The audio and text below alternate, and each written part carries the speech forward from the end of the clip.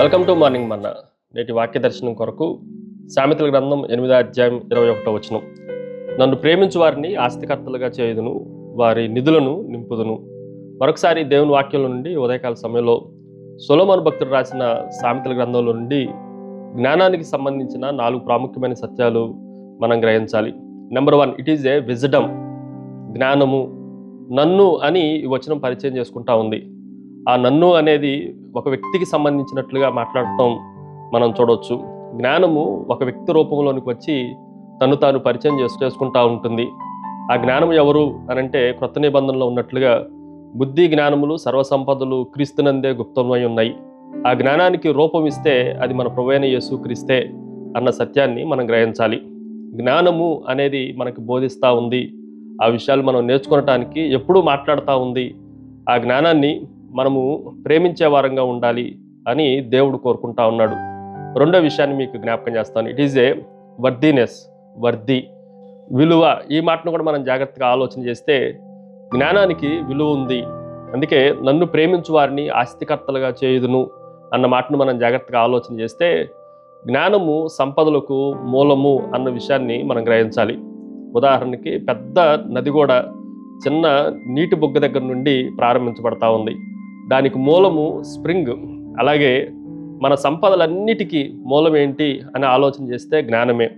జ్ఞానము ద్వారా భౌతిక సంబంధమైన సంపదలు విలువను సంపాదించుకోవటం కాదు, కానీ ఆధ్యాత్మిక సంబంధమైన పరసంబంధమైన సంపదను మనం సంపాదించుకోవటానికి అవకాశం ఉంది.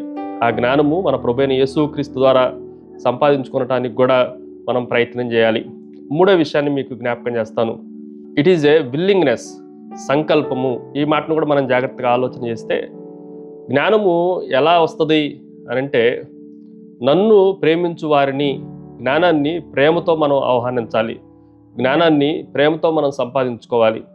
జ్ఞానము అదంతటా అదే నేను మీ దగ్గరకు వచ్చేస్తాను, నేను మీతో ఉంటాను అని చెప్పి మన దగ్గరికి తట్టుకొని నెట్టుకొని రాదు. జ్ఞానాన్ని మనం ఎప్పుడు సంపాదించుకోవాలంటే మన సొంత చిత్తంతో సొంతగా దాన్ని ప్రేమించి సంపాదించుకునే వారంగా ఉండాలి. ఎవరైనా సరే రైతు అనేవాడు విత్తనం వేసినప్పుడు ఆయన తన సొంతంగా ప్రేమించి విత్తనం వేస్తాడు. ఎందుకు అనంటే రానున్న రోజుల్లో పంట వస్తుంది అని. జ్ఞానాన్ని కూడా మనం అలాగే ప్రేమించగలిగితే రానున్న రోజుల్లో సంపదలు రావటానికి, ఆస్తికర్తలు అవటానికి అవకాశం ఉంది. ఫైనల్లీ 4వ విషయాన్ని మీకు జ్ఞాపకం చేస్తాను. It is a wealth. ఆస్తి. ఈ మాటను కూడా మనం జాగ్రత్తగా ఆలోచన చేస్తే నన్ను ప్రేమించు వారిని ఆస్తికర్తలుగా చేయుదుననుంది. అంత మాత్రమే కాదు, వారి నిధులను నింపుదును అన్న మాట మనకు కనిపిస్తూ ఉంది. మన నిధులు నింపబడాలంటే మన విధులు కూడా చాలా బాగుండాలి. చాలా సందర్భాల్లో జ్ఞానము ఊరకనే మనల్ని విడిచిపెట్టదు. జ్ఞానం మనల్ని ఆస్తికర్తలుగా చేస్తుంది. మన సంపదలన్నిటినీ నిధుల్లాగా అది నింపుతూ ఉంటుంది.